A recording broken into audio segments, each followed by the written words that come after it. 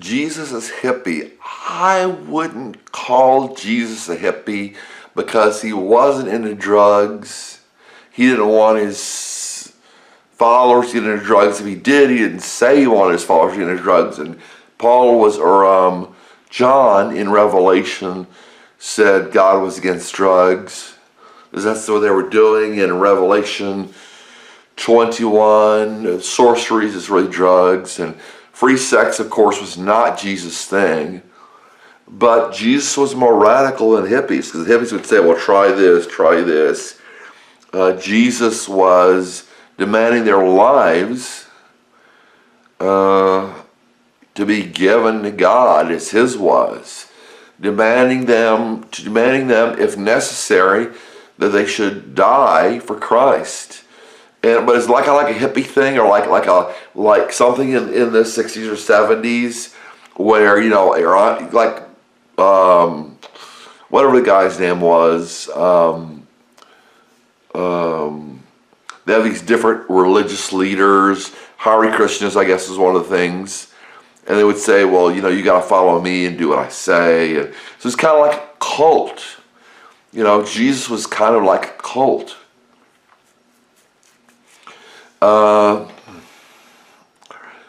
He was demanding their lives. He was saying, act like I'm acting. I am the standard.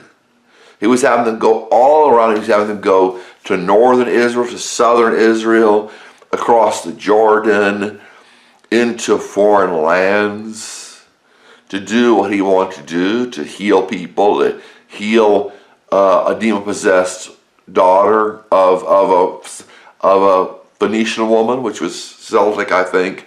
I think she was a Celtic woman. She was Syro-Phoenician. I think she was a Celtic woman.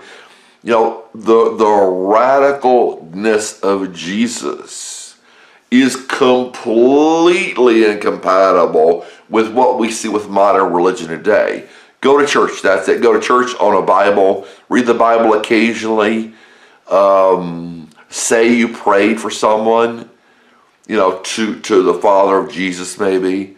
Pray a little prayer here, read the Bible here and go to church. The main thing a Christian is supposed to, or a religious person is supposed to do nowadays, is go to church. Jesus was not like that. He said, follow me. He kept saying, follow me, and they would literally follow him. And nobody's really doing that today, except for a few. Jesus isn't here for that to happen. But the Bible says they follow the Lamb wherever they go, wherever he goes. It says it in Revelation, they follow the Lamb wherever he goes. Wherever he goes, they follow the Lamb. Even though the Lamb is in heaven now. It does, the Bible never says go to church. The Bible says in Hebrews, this is where people get the whole thing from. It says, do not get out of the house, do not stop meeting together. See, meeting together is not going to church.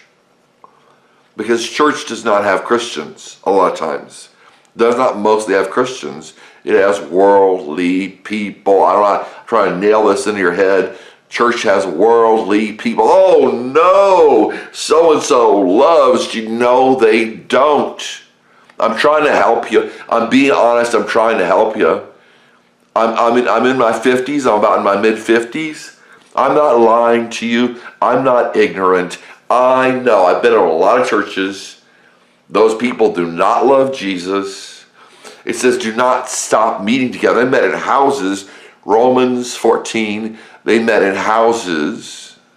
They did not meet in churches.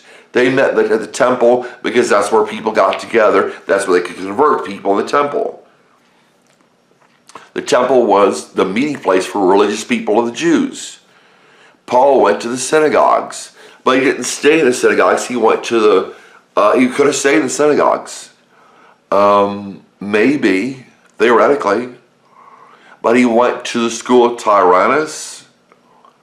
I think in wherever he was. He went to the school of Tyrannus. He went, for some pagans, he went to a river and found Demarius and other women and converted them. And they came into her house. I don't know where the husband was. Apparently there was no husband. They came into her house. They didn't say, well, let's build a church here. You know, they came into her house. Jesus wanted us to follow him. He didn't say, go to this specific location, stay there. You know, it said, do not get out of the habit of meeting together. Do not stop meeting together, as is the habit of some.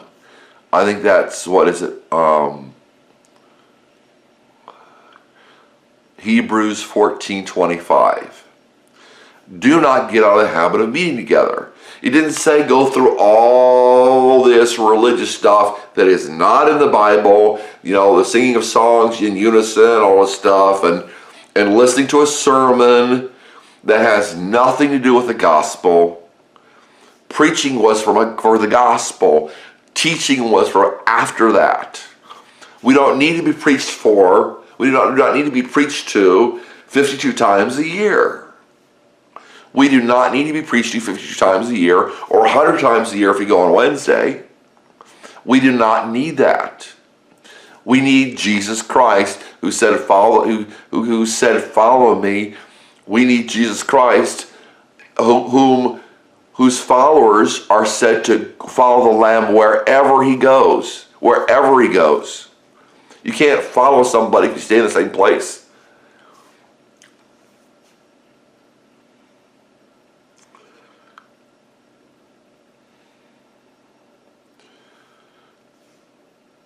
Jesus was saying a complete and total transformation of our lives, made possible by God. He said it's impossible for man to be victorious. It's impossible for man to overcome, for humans to overcome. He said only possible with God.